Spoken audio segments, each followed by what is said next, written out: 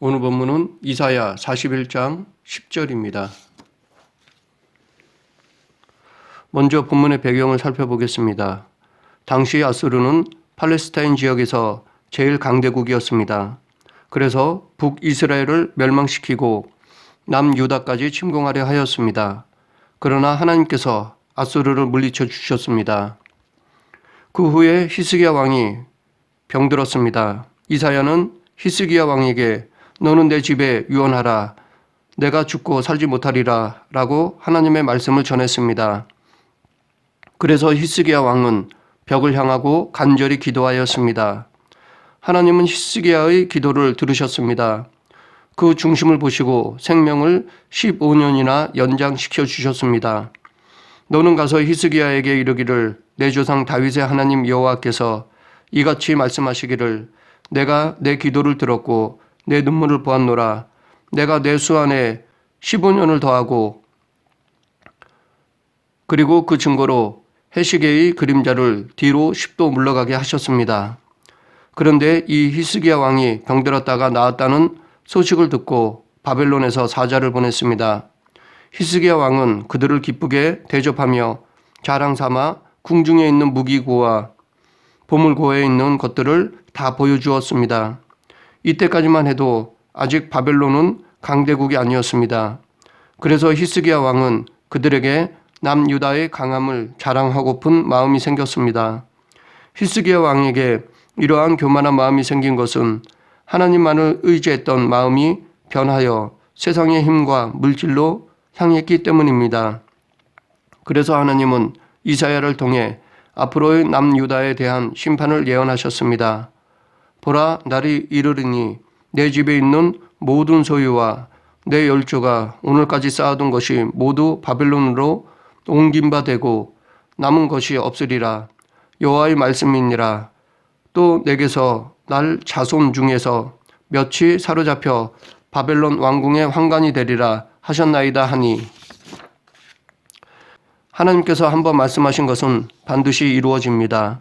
그것을 알고 있었기에 이사야 선지자는 예언을 하고 나서 몹시 괴로워하였습니다.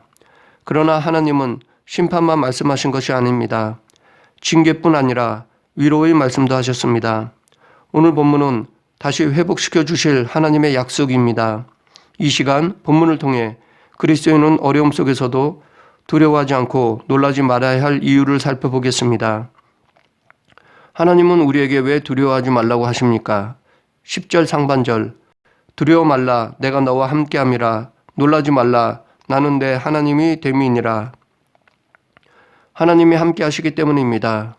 우리는 어떠한 상황에서도 하나님이 함께 하시기 때문에 두려워하지 말아야 합니다.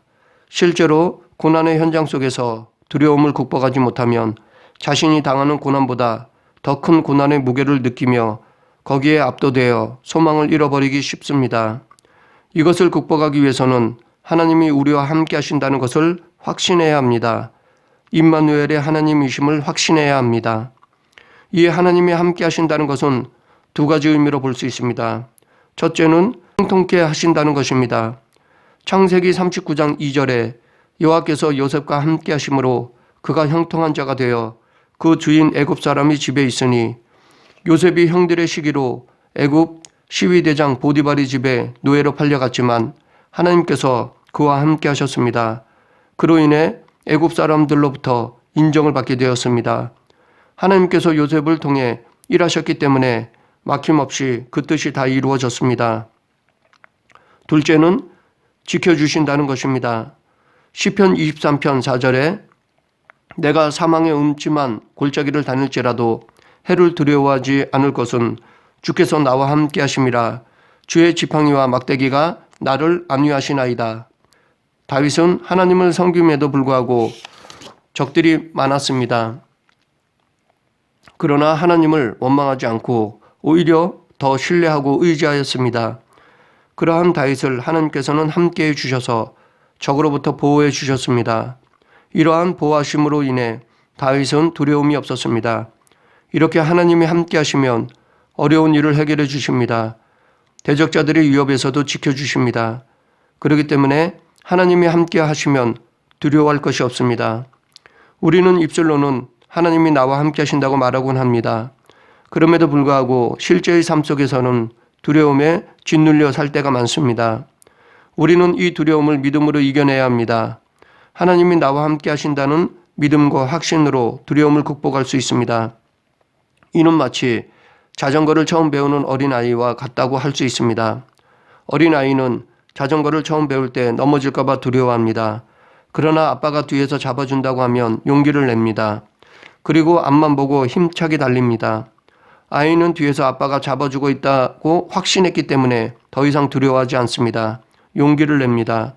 이처럼 하나님 아버지에 대한 믿음과 확신이 있으면 우리도 두려움을 극복할 수 있습니다. 또한 왜 하나님은 우리에게 놀라지 말라고 하십니까? 10절 중반절 나는 내 하나님이 됨이니라. 여호와께서 우리의 하나님이 되어주시기 때문입니다. 그러면 우리가 믿는 하나님은 대체 어떤 분이십니까? 첫째, 하나님은 거대하신 분이십니다. 얼만큼 거대하신 분이실까요? 이사야 40장 22절 그는 땅 위 궁창에 앉으시나니 땅의 거민들은 메뚜기 같으니라. 그가 하늘을 찰같이 펴셨으며 거할 천막같이 베푸셨고 끝 없어 보이는 하늘도 하나님의 보좌밖에는 안 됩니다. 그에 비해 인간은 그분의 비길 수 없는 존재입니다. 인간에게는 측량할 수 없는 거대한 우주도 하나님의 손안에 있습니다. 그러므로 우주도 다 모르면서 하나님을 안다고 해서는 안 될 것입니다. 이것은 인간의 교만입니다.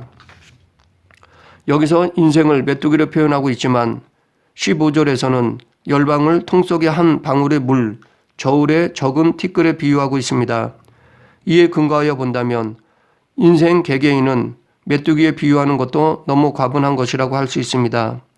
민수기 13장 33절에 보면 가나안을 정탐하고 돌아온 정탐꾼들은 가나안의 거인 족속인 아낙 자손에 비교하여 볼 때 자신을 메뚜기와 같다고 하였습니다. 이는 가나안 정복의 불가능을 강조하기 위한 과장이지만 이스라엘 백성들이 아낙 백성들에 비하여 신체적으로 열등하였던 것은 분명한 사실일 것입니다.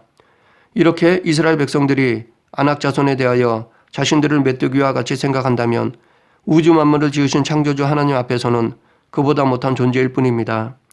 우리는 하나님 앞에서 메뚜기나 개미만도 못한 미미한 존재에 지나지 않습니다. 그러한 점에서 인생이 하나님 앞에서 교만을 떠는 것은 메뚜기의 뜀에 불과하고 개미가 사람을 대적하여 싸워보겠다고 하는 것과 같은 행위라고 할 것입니다. 아니, 그보다 더 못할 것입니다. 그러므로 우리는 세상에서의 지위가 어떠하든지 하나님 앞에서 교만함을 보여서는 안 되겠습니다. 우리는 하나님 앞에서 미미하고 초라한 존재임을 각성하고 항상 겸손함으로 행해야 할 것입니다. 하나님 앞에 가당치 않은 교만함을 부리기보다는 그분의 자비와 은혜를 구하는 겸손한 사람이 되어야 할 것입니다.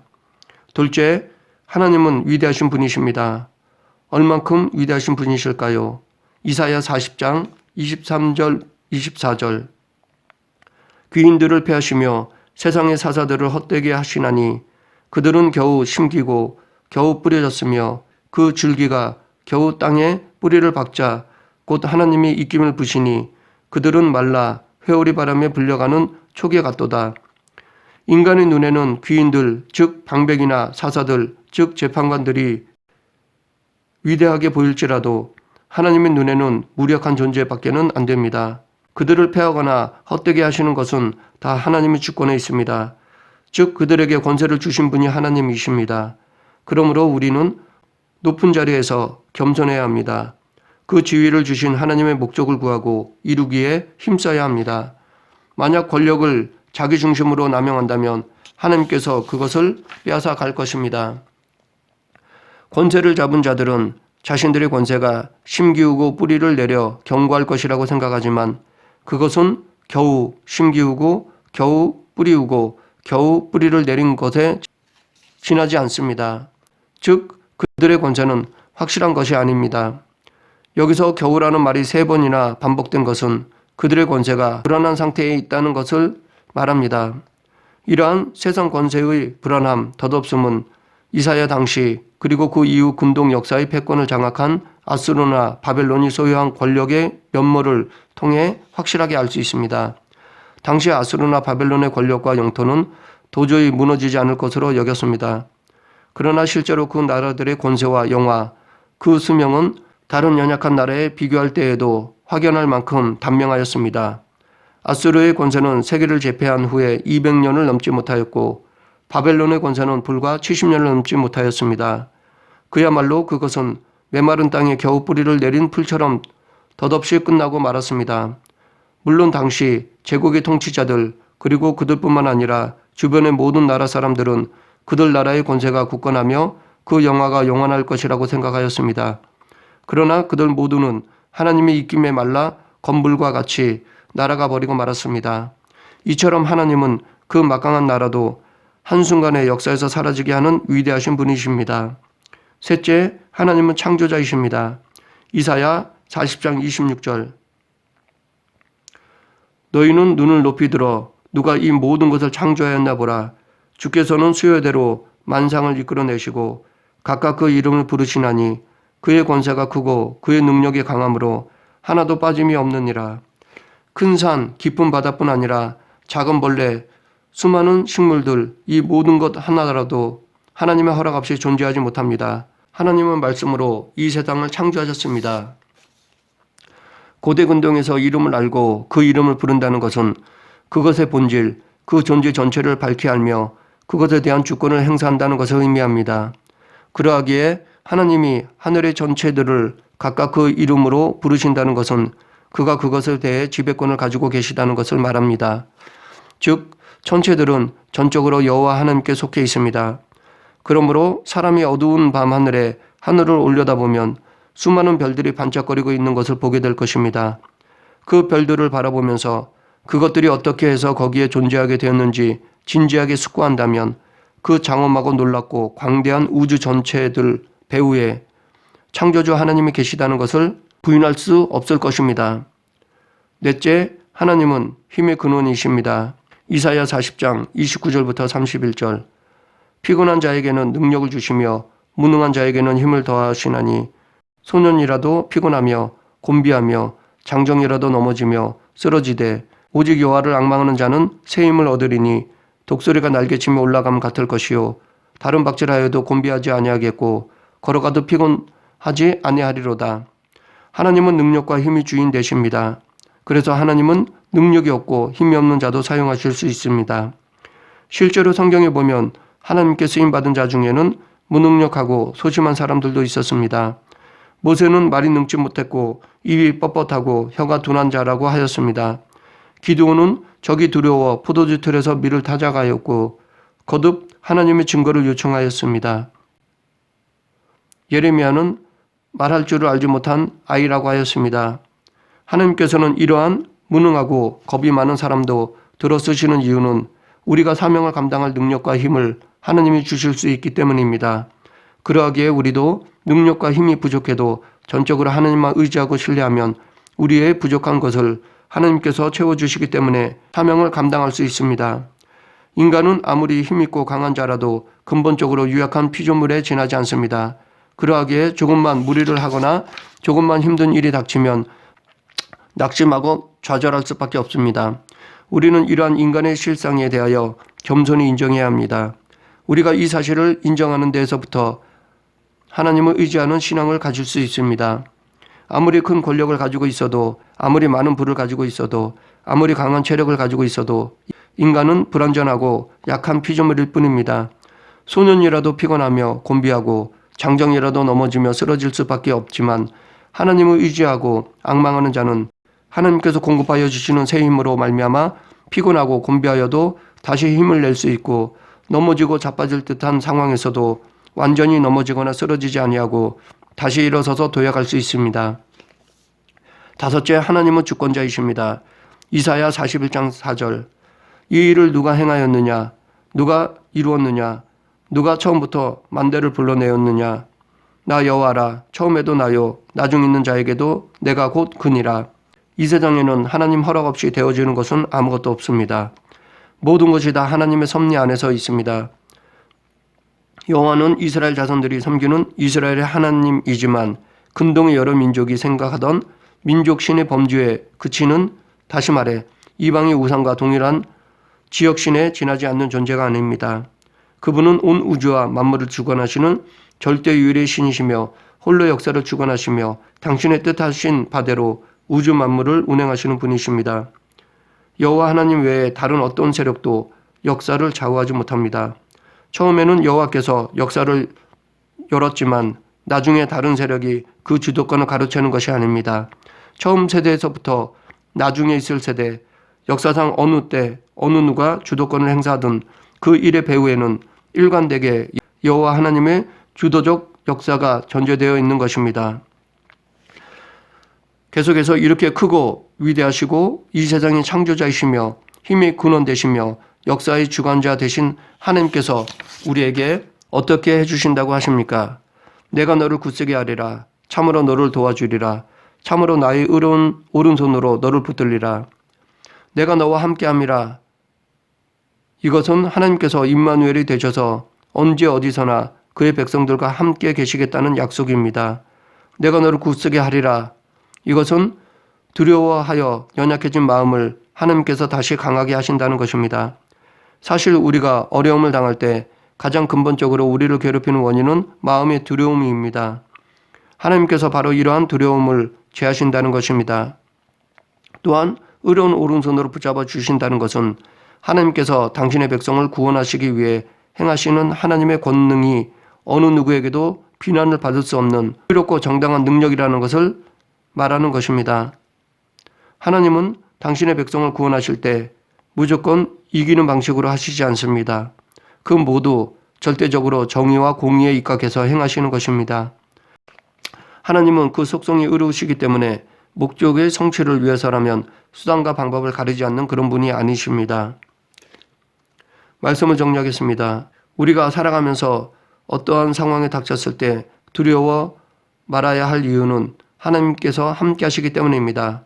또한 놀라지 말아야 할 이유는 여호와가 우리의 하나님이 되어주시기 때문입니다. 그러면 하나님은 어떤 분이십니까? 하나님은 크시고 위대하시고 창조자이시며 힘의 근원자 되시며 역사의 주관자이십니다. 그렇기 때문에 지금 우리도 어떤 고난 중에서도 두려워 말고 놀라지 말아야 할 것입니다. 우리도 하나님을 우리를 굳세게 하시는 분으로, 도와주시는 분으로, 의로운 오른손으로 붙들어 주시는 분으로 믿는다면 우리를 괴롭히는 두려움은 사라질 것입니다. 믿음으로 두려움을 극복하여 강하고 담대히 살아가는 저와 여러분이 되길 간절히 축원합니다. 기도하겠습니다. 은혜가 풍성하신 하나님 아버지, 저희들에게 담대함과 강건함을 주시옵소서. 저희들의 연약한 마음을 붙잡아 주셔서 두려움을 쫓아 주시고 오직 하나님만 바라보고 말씀을 의지하고 확신하며 살아가는 그리스도인이 되게 하여 주시옵소서. 예수님 이름으로 기도드립니다. 아멘.